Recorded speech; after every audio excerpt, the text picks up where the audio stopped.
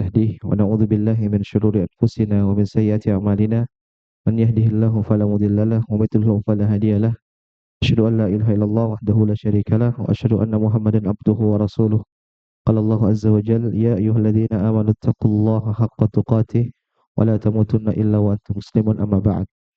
Alhamdulillah, segala puji bagi Allah Subhanahu wa taala yang senantiasa memberikan kita nikmat hidayah, nikmat iman, nikmat Islam, nikmat kesehatan sehingga pada siang hari ini kita bisa kembali melaksanakan kewajiban kita, melaksanakan sholat zuhur secara berjamaah.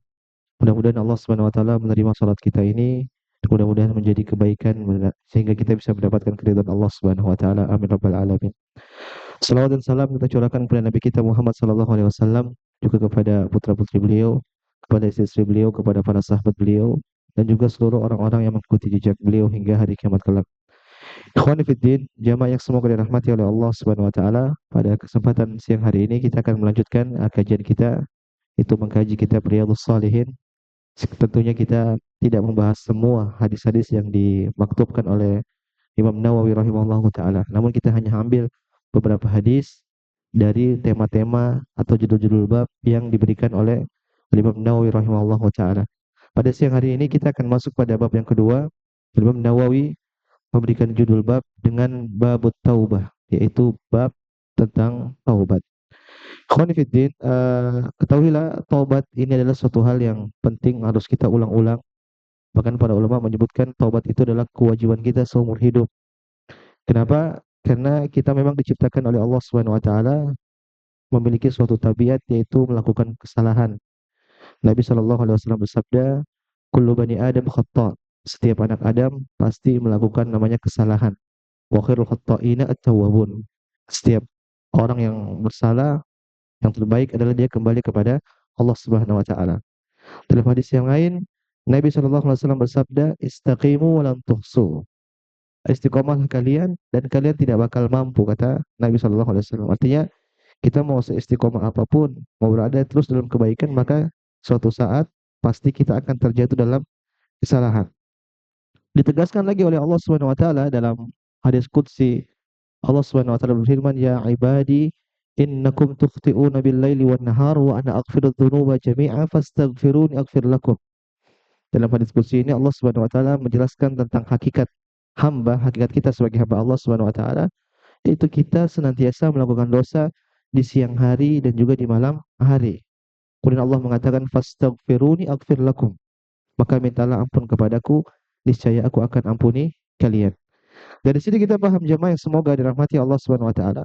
Taubat tabiat kita sebagai manusia. Sekali lagi kita bukan nabi yang maksum atau kita juga bukan para malaikat yang Allah sebutkan mereka la ya'sunallaha amarahum wa yaf'aluna ma yumarun. Para malaikat mereka senantiasa tidak pernah bermaksiat kepada Allah dan mereka senantiasa mengerjakan apa yang Allah perintahkan kepada mereka. Kita tidak seperti itu. Kita benar-benar memang diciptakan oleh Allah Subhanahu wa taala untuk melakukan kesalahan. Kenapa demikian? Karena kata para ulama banyak hikmahnya. Banyak sekali hikmah di balik kesalahan atau dosa yang dibuat oleh seorang hamba.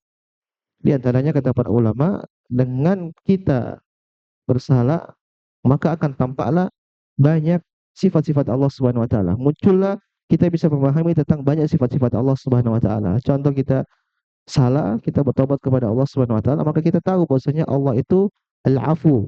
Allah itu Maha apa? Pemaaf. Dengan kita bertobat, akhirnya kita paham bahwasanya Allah itu Al-Ghafur. Allah itu Maha Pengampun. Dengan kita bertobat, kita tahu Allah itu Ar-Rahim, Maha sayang sama hambanya. Kalau dosa, kesalahan tidak ada di atas muka bumi ini, tidak dilakukan oleh manusia, maka sifat-sifat mulia yang Allah miliki ini tidak bisa tampak. Tidak bisa apa? Tampak. Tambah lagi ada satu nama Allah Subhanahu wa taala yang sangat menakjubkan, yaitu As-Sittir, yaitu Allah menutup aib hamba-hambanya. Kita ini banyak dosa jamaah, hanya saja Allah tutup. Saking canggihnya tutupnya dosa, saking canggihnya Allah menutupi dosa kita sampai-sampai terkadang kita terlihat soleh di hadapan manusia. Padahal kita sadar masing-masing kita adalah pendosa banyak salah. Akhirnya jamaah semua taala, pembahasan tentang taubat ini penting karena ini adalah PR kita seumur hidup. Kapanpun pasti kita akan butuh dengan namanya taubat kepada Allah Subhanahu wa taala. Maka pada kesempatan ini saya akan bacakan Apa yang disebutkan oleh Imam Nawawi rahimahullah taala dalam kitab Riyadhus Shalihin, yang di awal beliau sedang menjelaskan tentang hukum taubat, kemudian beliau mendatangkan firman Allah Subhanahu wa taala tentang taubat, kemudian hadis-hadis berkaitan dengan taubat. Di awal jemaah yang semoga dirahmati Allah Subhanahu wa taala, beliau mengatakan qala ulama, para ulama mengatakan at-taubatu wajibatun min kulli dzanbin. Taubat itu adalah kewajiban hamba dalam setiap dosa. Artinya kalau kita melakukan dosa, kita langsung bersegera, enggak boleh kita tunda-tunda, maksudnya seperti itu. Karena taubat kepada Allah itu suatu hal yang wajib. Fa in kanatil ma'siyatu bainal abdi wa bainallahi ta'ala la tata'allaqu bihaqqi adami falaha thalathatu syurut. Kalau kita mau bertobat dan dosa tersebut hanya hubungan kita antara Allah Subhanahu wa taala, maka kata Imam Nawawi syaratnya tiga. Jadi tatkala kita bersalah, kita berdosa jemaah, terkadang itu terbagi menjadi dua. Entah kita dosa tersebut berkaitan dengan Allah Subhanahu wa taala, atau mungkin terkadang dosa tersebut berkaitan dengan makhluk, dengan hamba-hamba yang lain. Kalau dosa itu berkaitan dengan Allah Subhanahu wa taala langsung, maka kata Imam Nawawi syaratnya tiga agar dosa kita diampuni oleh Allah Subhanahu wa taala. Yang pertama, an yuqli 'anil ma'siyah. Yang pertama harus memang benar-benar berhenti jemaah. Harus apa? Berhenti. Yang kedua, an yandama 'ala fi'liha. Yang kedua, menyesal. Yang ketiga, an ya'zima 'ala an ya'uda ilaiha abada. Kemudian yang ketiga, berazam, tekad untuk nggak bakal balik lagi kepada dosa tersebut. Saya ulang, ada tiga syaratnya. Pertama, langsung berhenti. Yang kedua, menyesal. Yang ketiga apa? Berazam, tekad saya nggak bakal balik lagi dalam dosa. Khonifuddin, siapa yang tobat dengan tiga syarat ini berkaitan dosa dia dengan Allah Subhanahu wa taala, maka pasti akan diampuni sama Allah Subhanahu wa taala. Saya katakan pasti. Hanya saja terkadang dosa kita tobat itu kadang tidak memenuhi kriteria ini. Saya ulang, kapan taubat kita benar jemaah? Pasti Allah ampuni. Kayak Allah mengatakan fastaghfiruni aghfir lakum. Minta ampun kepadaku, niscaya aku akan ampuni kalian. Tapi yang jadi masalah terkadang taubat kita ini taubat sambal. Dia tidak nasuha, tidak memenuhi kriteria tiga syarat ini. Saya kasih contoh jemaah. Mudah-mudahan bukan kita semua. Ada orang bertobat, tapi dia hijrah, katakanlah hijrah. Tapi dia masih bangga dengan dosa-dosa dia yang dulu. Dia bangga. Bahkan tidak sering mungkin dia ceritain ke sana, ceritain ke sini, ceritain ke sana, ke sini. Kita mau bilang dia ngajarin orang untuk ngambil ibrah, tapi dia yang cerita sambil bangga. Ini dikhawatirkan taubat dia tidak diterima sama Allah Subhanahu wa taala. Kenapa? Dosa itu aib jemaah. Aib harusnya kita sembunyikan. Ini kok malah kita cerita ke sana, cerita ke sini, cerita ke sana, cerita ke sini. Nggak ditanya, semakin ditanya semakin detail, dia cerita semakin detail. Padahal Allah udah tutup. Maka ini hati-hati yang seperti ini jemaah, dikhawatirkan taubat seperti ini tidak diterima, yang nanti suatu saat pelaku jadi bisa kembali lagi kepada dosa tersebut. Kenapa dia masih terngiang-ngiang? Dia tidak merasa bersalah, bahkan dia bangga. Sebagian orang mengatakan, ikhwan dulu saya ini semua minuman saya minum, minum aqua, fit. Dia ingin membanggakan ini orang yang hebat minum lah. Udah tobat, udah hijrah. Maka ini tanda mungkin bisa jadi indikasi bahwasanya dia tidak apa? Tidak menyesal atau bahkan mungkin dia masih bangga dengan dosa yang pernah dia lakukan. Maka seorang yang ingin bertobat jamaah harusnya dia menyesal. Jangankan dia mau cerita, dia ingat aja harusnya dia malu, dia nggak suka. Saya ulang, jangankan dia cerita sama orang.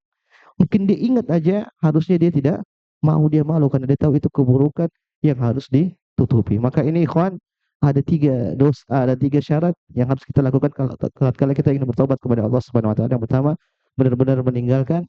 Yang kedua, menyesal, kemudian berazam tidak mau mengulang. Kemudian kata Imam Nawawi rahimahullahu taala, "Wa in kanatil ma'siyatu tata'allaqu bi adamiyyin, fa syurutuha arba'." Tapi kalau ternyata dosa kita ini berkaitan dengan orang lain, maka nambah satu syarat kata beliau. Nambah satu syarat. Kata beliau, "Fa syurutuha arba'atun sahadhihi tsalatsa an yabra'a min haqqi sahibiha." Tambah yang keempat yaitu harus kalau bahasa kita bertanggung jawab atau an yabra'u min haqqis sahibiha. Apa jangan sampai kita harus kembalikan kalau misalnya itu apa hak orang. Misal ada orang dia di sini disebutkan di Imam Nawawi rahimahullahu taala misalnya ada orang pencuri, maka dia harus kembalikan harta yang dia curi. Tidak cukup dia bertobat saja tidak cukup ya. Contoh misalnya ada orang korupsi, kemudian dia taubat kepada Allah Subhanahu wa taala. Tapi dia tidak kembalikan atau mungkin dia tidak mencari keriduan manusia masyarakat, tolong ridho saya mau tolong maafkan saya salah. Ini meskipun dia sudah selesai sama Allah, tapi di akhirat dia belum selesai. Dia masih punya urusan sama apa masyarakat. Bayangkan kita kita urusan sama satu orang aja ribet ya, Mak. Satu orang aja susah. Apalagi kita berurusan dengan banyak orang. Uang masyarakat atau uang orang banyak kemudian dia ambil, kemudian dia bawa lari. Meskipun betul masih ada urusan sama siapa? Orang-orang yang dia zalimi. Ini syarat keempat kata para ulama yaitu harus apa? Dikembalikan hak kepada pemiliknya. Maka perhatikan jamaah, kapan kita mau bertobat, perhatikan syarat-syarat ini tiga berkaitan dengan hak Allah, tambah satu berkaitan dengan hak orang lain. Kemudian Al-Imam Nawawi rahimahullahu taala membawakan firman Allah Subhanahu wa taala dalam Al-Qur'an dalam surat Allah Subhanahu wa taala berfirman, "Wa tubu ilallahi jami'an ayyuhal mu'minuna la'allakum tuflihun." Kata Allah Subhanahu wa taala, tobatlah kalian kepada Allah Subhanahu wa taala semua kalian ayyuhal mu'minun wahai orang beriman la'allakum tuflihun kata Allah Subhanahu wa taala. Semoga kalian menjadi orang-orang yang beruntung. Ini dalil kata para ulama kalau orang bertobat meskipun dia banyak salah jamaah, pasti dia akan beruntung. Dia pasti akan apa? Beruntung. Jadi istilahnya nggak ada kata kita takut dengan dosa kita. Maksud saya sebesar apapun dosa kita, kalau kita kembali kepada Allah, pasti, nggak mungkin nggak, pasti Allah ampuni. Bahkan dalam hadis qudsi Allah menyebutkan nanti akan datang mungkin dalam riwayat salihin, ya ibadi law ataitani biqurabil ardi khataya thumma laqitani la tusyrik bi syai'a la ataituka biqurabiha maghfiratan. Kata Allah Subhanahu wa taala, wahai hamba-hambaku, kalau kau datang kepadaku dengan membawa dosa setinggi langit, dosa yang sangat banyak. Kemudian kau minta ampun kepadaku dalam keadaan tidak berbuat syirik kepada Allah Subhanahu wa taala, la ataituka biqurabiha maghfiratan. Maka saya akan datang kepada kau juga dengan membawa dosa apa? Atau membawakan ampunan sebesar dosamu. Kemudian di akhir Allah menyebutkan wala ubali dan saya tidak peduli seberapa besar dosamu. Artinya berapa banyak dosa yang kita lakukan jemaah kalau kita minta maaf pasti diampuni. At-taibu minadz-dzambi kaman la dzanbalahu kata Nabi sallallahu alaihi wasallam. Barang siapa yang bertobat maka dia seperti orang yang tidak memiliki apa dosa. Ayat selanjutnya jemaah, ayat surat Hud ayat ketiga. Allah Subhanahu wa taala berfirman, "Wa anistaghfiru rabbakum tsumma tubu ilaihi." Kata Allah Subhanahu wa taala, dan hendaklah kalian memohon kepada Allah Subhanahu wa taala ampunan, tsumma tubu ilaihi. Kemudian tobatlah kepada Allah Subhanahu wa taala. Perintah juga dari Allah. Kalau perintah kalau kita belajar usul fikih, al-amru yaqtadil wujub. Perintah itu membawa hukum apa? Wajib. Bahkan khusus dengan taubat kata para ulama, wujub adalah faur. Wujub yang harus disegerakan. Artinya kapan seseorang dia menunda taubatnya, dia punya dosa tersendiri. Jadi dia bermaksiat misalnya. Kemudian dia bilang, nanti aja lah saya taubat. Kalau sekarang taubat nanti balik lagi. Dia tunda 10 tahun, 20 tahun. Dan masa penundaan ini dosa tersendiri. Dan dosa maksiat yang dia lakukan, itu dosa tersendiri. Berarti dia dapat berapa? Dua dosa. Tuhan, saya ingin kasih faedah di sini ada sering kita dengar istighfar dengan taubah, ya tidak? Ada dua hal. Seperti tadi firman Allah Subhanahu wa taala, wa istaghfiru rabbakum tsumma tubu ilaihi. Kalian istighfarlah kalian kepada Allah Subhanahu wa taala kemudian bertobatlah kepada Allah. Apakah ada perbedaan antara istighfar dengan taubah? Para ulama jelaskan seperti Ibnu Taimiyah rahimahullahu taala. Beliau menyebutkan istighfar itu permohonan ampun atas dosa-dosa terdahulu yang kita lakukan. Kemudian tubuh itu adalah kita sedang memintakan taubat atau sama juga minta pengampunan kepada Allah Subhanahu wa taala atas dosa yang akan kita lakukan. Kenapa kita ini sebagai hamba pasti melakukan dosa. Artinya saya ingin sampaikan maksudnya ini para ulama perbedaan antara istighfar dengan apa? Taubah. Al-maghfirah maknanya sama sebenarnya.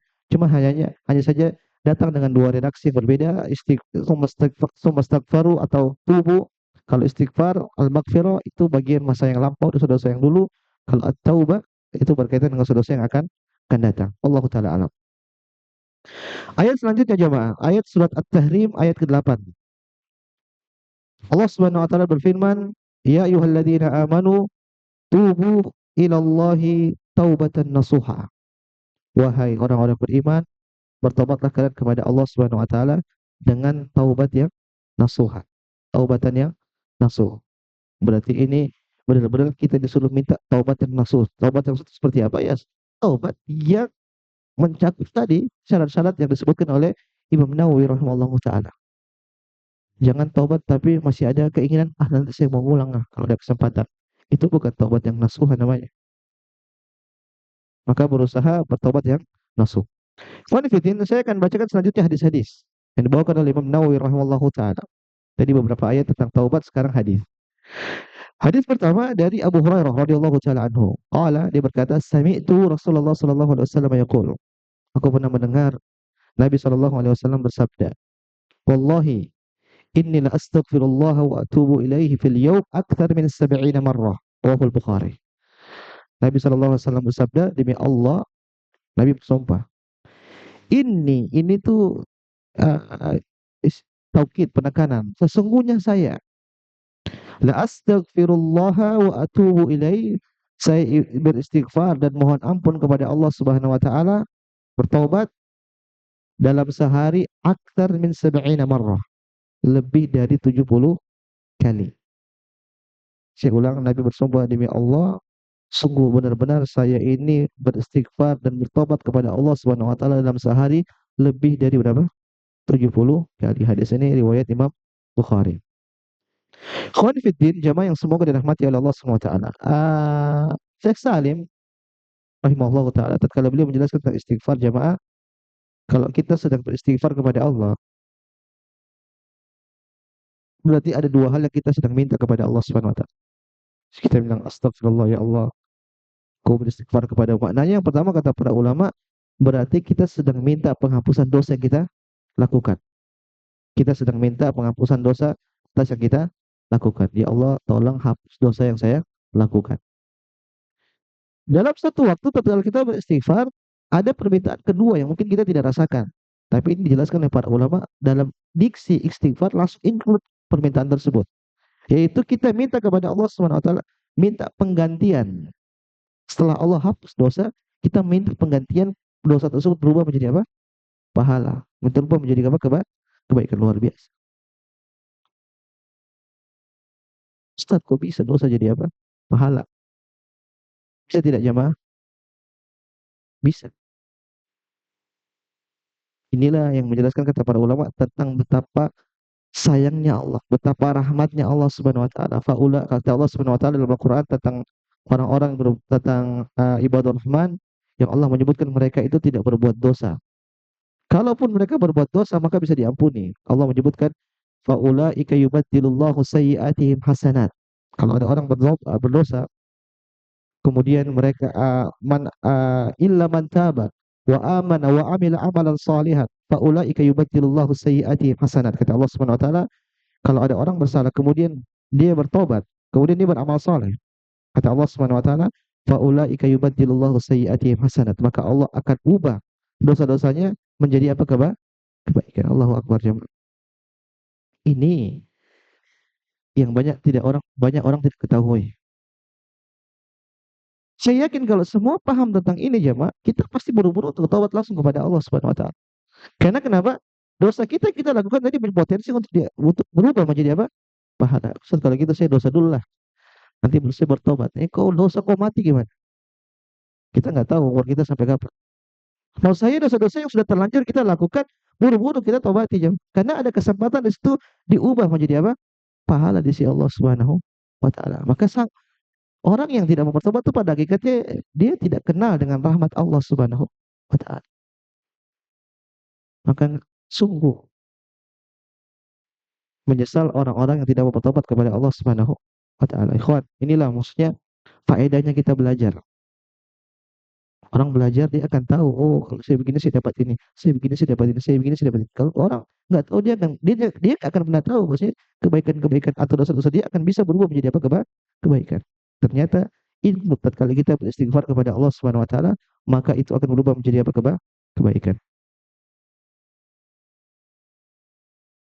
Konfidin, hadis tadi Nabi SAW menyebutkan, demi Allah saya beristighfar kepada Allah dan saya bertobat kepada Allah dalam sehari lebih dari berapa? 70 kali. Dari hadis ini kita bisa ambil faedah jamaah. Yang pertama, boleh kita bersumpah untuk menekankan suatu hal. Karena tadi Nabi SAW bersumpah, wallahi, demi Allah saya bersumpah. Kenapa? Ada suatu hal yang penting, yang urgent, yang ingin Nabi sampaikan kepada para sahabat. Demikian kita juga demikian. Kita kalau ingin menekankan suatu hal kepada teman kita, siapapun, kita bersumpah itu boleh. Tapi satu sisi para ulama menyebutkan tidak boleh kita sering-sering sumpah. Sedikit-sedikit wallahi, sedikit wallahi, sedikit wallahi demi Allah, demi Allah. Karena terkadang nanti kita keceplosan, kita sumpah, kita bohong. Paham? Orang sering bersumpah-bersumpah nanti dengan tidak sadar dia berbohong, dia sambil bersumpah dengan Allah Subhanahu wa taala. Dan ini dosa, dosa besar bahkan para ulama menyebutkan. Tidak boleh kita berdosa dengan bersumpah atas nama Allah Subhanahu wa taala. Maka boleh kita bersumpah untuk menekankan sesuatu dan bersumpah jamaah ingat sumpah itu hanya untuk kepada Allah Subhanahu wa taala, enggak boleh kepada selain Allah. Man halafa falyahlif billah wa man halafa bi ghairillah faqad asyrak. Barang siapa yang bersumpah dengan Allah Subhanahu wa taala, jangan dia bersumpah kepada selain Allah. Barang siapa yang bersumpah dengan selain Allah, sungguh dia telah terjatuh dalam kesyirikan. Maksudnya syirik apa? Kecil, dosa besar. Ada orang bersumpah demi Allah dan demi Rasulullah. Enggak boleh jemaah. Bersumpah hanya kepada Allah. Faedah kedua dari hadis ini.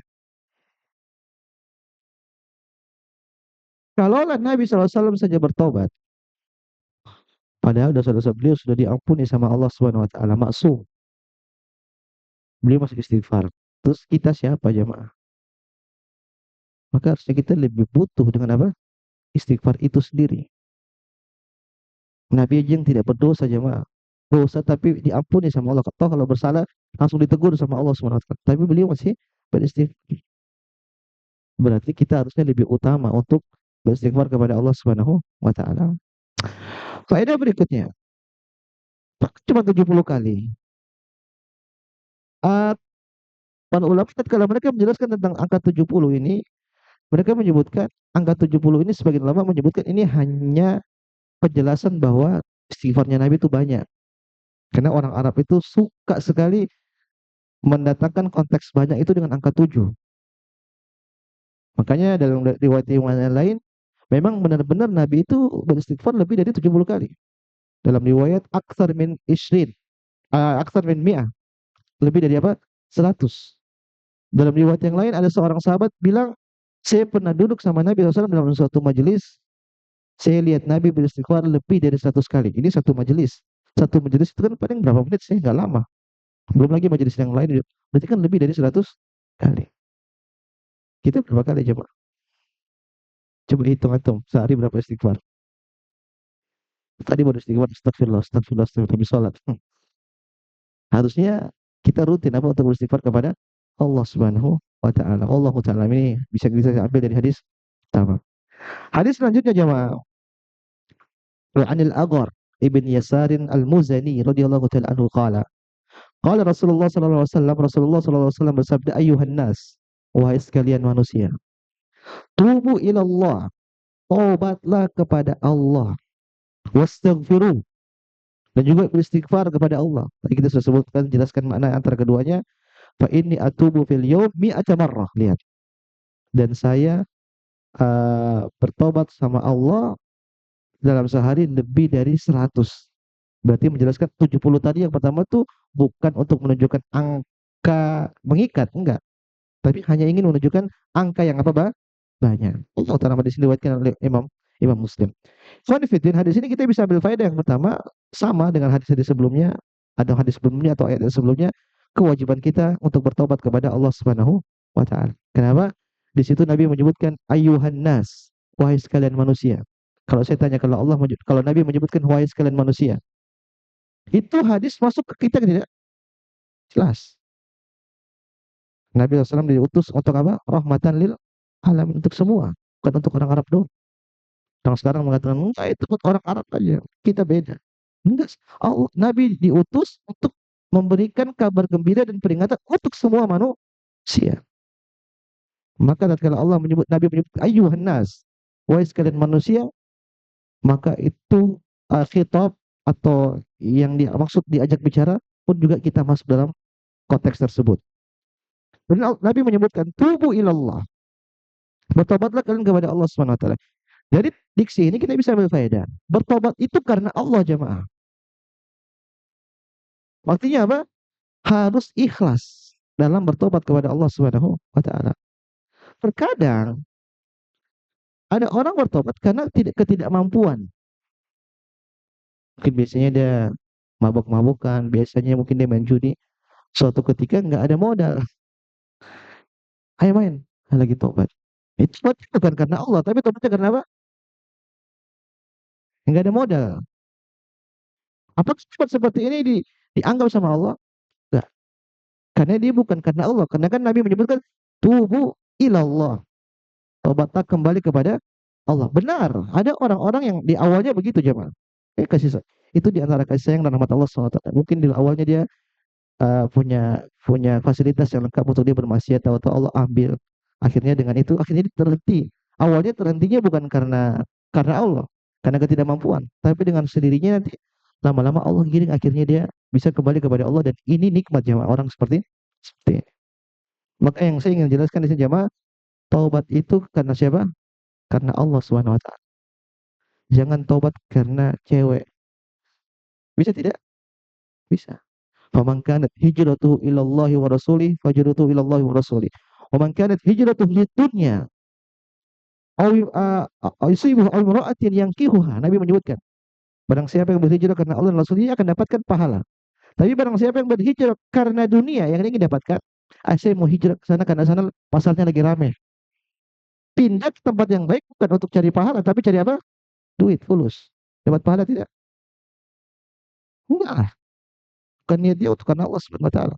Niat pindah tempat, misalnya di sini banyak tempat masjid, di sana ada apa namanya, komunitas muslim bagus. Kalau pindah karena niat Allah yang bertobat, ada pahala. Tapi kalau pindah, di sana pasarnya kayaknya belum ada orang jual jual jual apa jemaah, jual kebab deh misalnya. Cek sana aja jual, pindah. Memang dia dapat kondisi yang bagus, tapi perpindahan dia itu bukan karena Allah Subhanahu, tetapi karena apa? Tulus. Dan ini tidak dapat pahala di sisi Allah Subhanahu wa taala. Makanya Nabi menyebutkan, barang siapa yang berhijrah untuk mendapatkan dunia, dia dapatkan apa yang dia inginkan.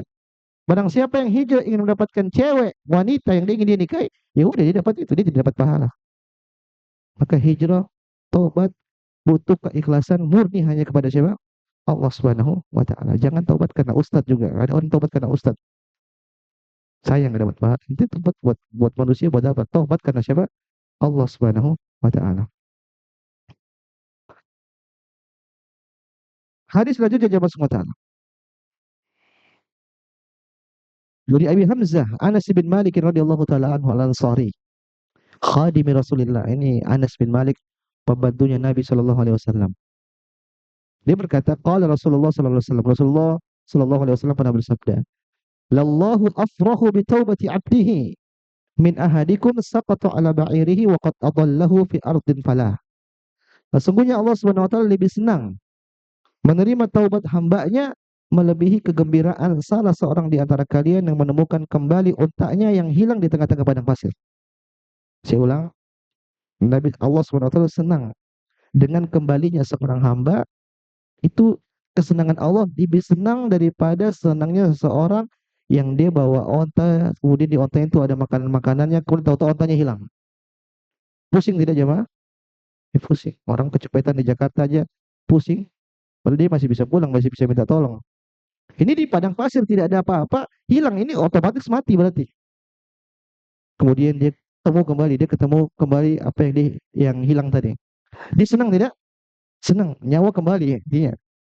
Nah, Nabi SAW sebutkan Allah lebih bahagia daripada orang tersebut. Dalam riwayat yang lain, saya baca, "Lallahu asyaddu farhat bi taubati 'abdihi hina yatubu ilaihi min ahadikum kana ala rahilatihi bi ardin falatin fanfalatat minhu 'alaiha ta'amuhu wa sharabuhu fa aysa minha فأتى شجرة فاضطجع في ظلها وقد أيس من راحلته فبينما هو كذلك إذ هو بها قائمة عنده فأخذ بخطامها ثم قال من شدة الفرح اللهم أنت عبدي وأنا ربك أخطأ من شدة الفرح.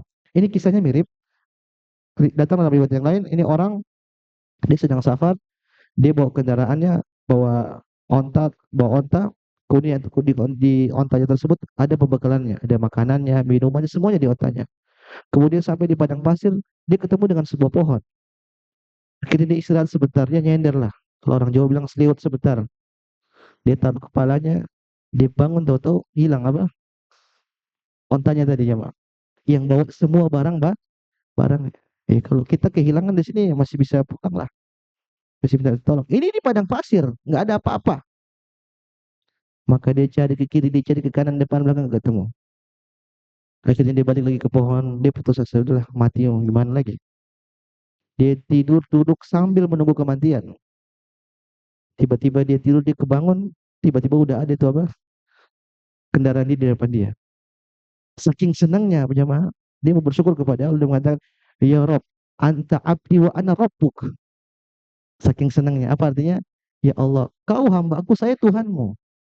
Kata Nabi, akhta'a min syiddatil farah. Dia salah ucap gara-gara saking senangnya. Artinya ini tadi harusnya mati, akhirnya bisa hidup lagi nih.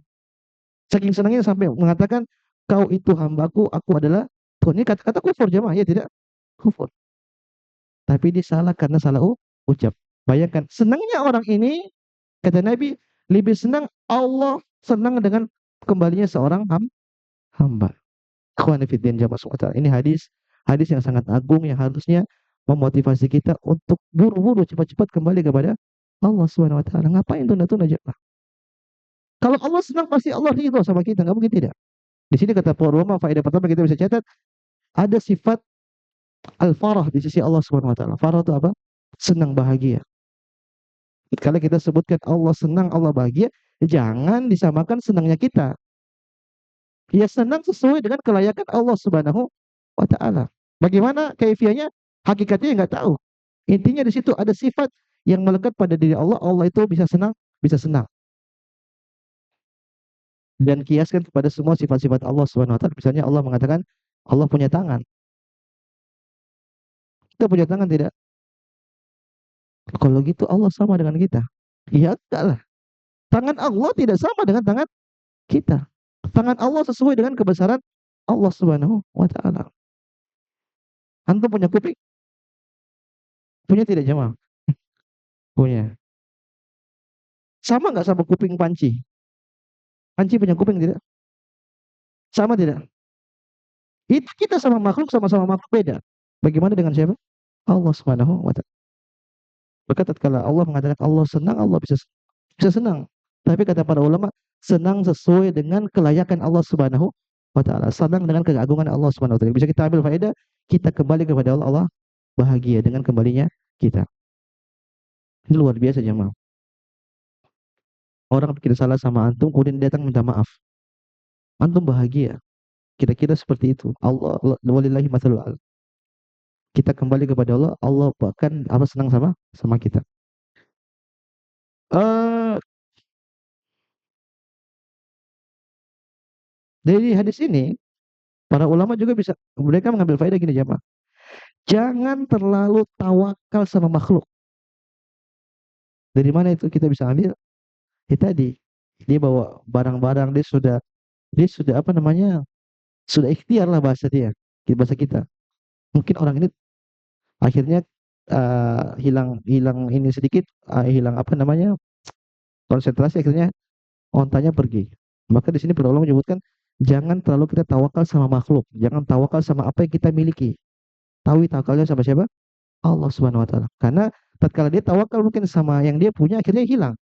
Tiba-tiba dia serahkan semuanya kepada Allah Subhanahu wa taala, maka apa itu akhirnya pertolongan Allah pun apa? Datang. Ini kata para ulama, jangan meremehkan ketawakalan kepada Allah. Bahkan terkadang eh, pertolongan Allah itu datang jamaah di menit-menit terakhir.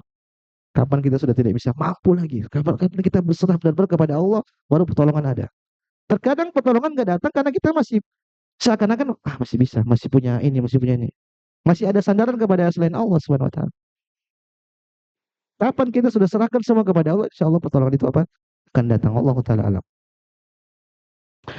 Satu hadis lagi jemaah dari Abu Musa Abdullah ibn Qais al-Ash'ari radhiyallahu taala anhu dari Nabi sallallahu alaihi wasallam beliau bersabda, "Inna Allah taala yabsutu yadahu bil lail." Lihat hadis ini. Sesungguhnya Allah Subhanahu wa taala membentangkan tangannya di setiap malam. Kita tahu mana tangan? Tahu tidak?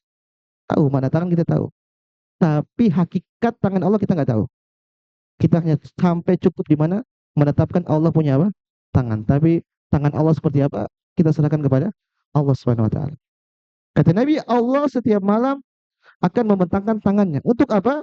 Liyatuba musii'un nahar. Allah menunggu orang-orang yang bermaksiat di siang hari untuk bertobat di malam hari tersebut. Saya ulang, Allah membentangkan tangannya. Untuk siapa?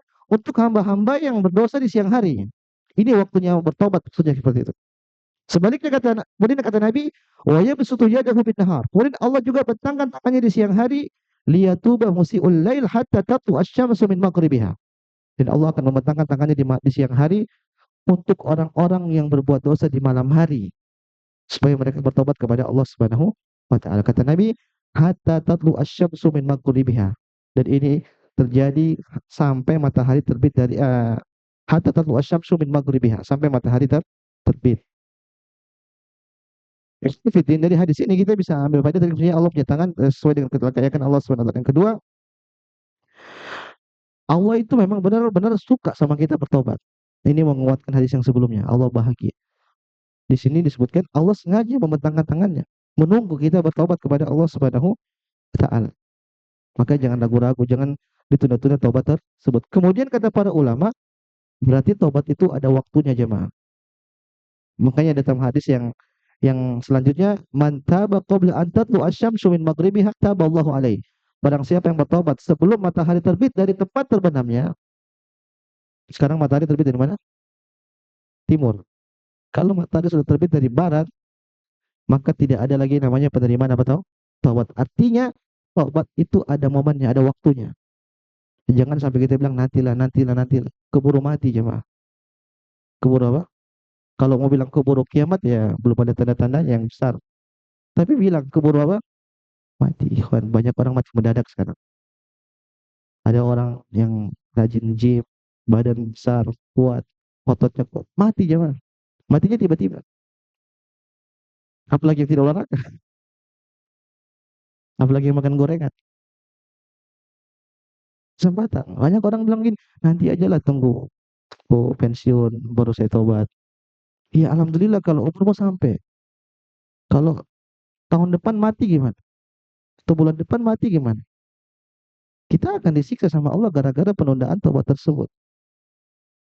Maka ikhwan fillah, ini pelajaran buat kita, jangan sampai kita menunda-nunda apa? Tobat. Sekali lagi, faedah yang bisa kita tobat dari mana tadi istighfar sebenarnya sudah cukup untuk motivasi kita. Yaitu kita istighfar, ya Allah tolong hapus dosa-dosa saya. Yang kedua tadi apa? Ya Allah tolong ubah dosa-dosa saya menjadi apa? Pahala. Dan itu sangat mungkin. Dalam sebuah hadis disebutkan ada seorang dia di sidang sama Allah Subhanahu wa taala. Kemudian terkali dia di hadapan Allah Subhanahu wa taala, Allah bilang, tampakkan dosa-dosa kecil hamba ini. Dosa-dosa kecilnya dulu tampakin. Maka dosa-dosa kecilnya pun ditampakkan di hadapan dia. Tatkala dia lihat, dia bilang, aduh, mampus. Kenapa saking banyaknya dosa-dosa kecil? Artinya dengan dosa kecil ini aja saya bisa binasa, kata dia. Kata Allah, kau nggak akan didolimi. Saya ampuni dan dosa-dosamu ini saya akan ubah menjadi apa? Kebaikan. Tatkala dia tahu dosa-dosanya diubah jadi kebaikan, langsung dia bilang gini, ya Allah, mana dosa-dosa besar saya belum lihat. Hmm. Kenapa dia pengen dosa-dosa besar ditampakin, kemudian diubah lagi menjadi apa? Kebaikan. Tadinya dia ketakutan, dosa kecilnya aja dia udah takut, apalagi dosa besar. Sekarang dia minta tunjukin ya Allah dosa besar mana. Karena dia tahu pasti akan apa? Diubah sama Allah Subhanahu wa taala jadi apa? Kebaikan. Ini kata para ulama dalil bahwasanya keburukan bisa berubah menjadi apa? Kebaikan. Asal tadi bertobat dengan syarat yang disebutkan oleh Imam Nawawi rahimahullah taala, yaitu berhenti, menyesal, kemudian berazam tidak akan mengulangi lagi, kemudian berkaitan dengan hak orang maka dikembalikan. Wallahu taala alam jawab. Semoga dirahmati Allah Subhanahu wa taala. Ini yang bisa kami sampaikan, mudah-mudahan bermanfaat bagi diri saya pribadi dan juga kepada antum sekalian. Mudah-mudahan bermanfaat bagi saya dan juga antum sekalian. Kalau ada benarnya datang dari Allah Subhanahu wa taala. Kalau ada salahnya saya mohon maaf. Ini murni dari kesalahan saya. Saya tutup subhanakallah bihamdik asyhadu an la ilaha illa anta astaghfiruka wa atubu ilaik. Assalamualaikum warahmatullahi wabarakatuh.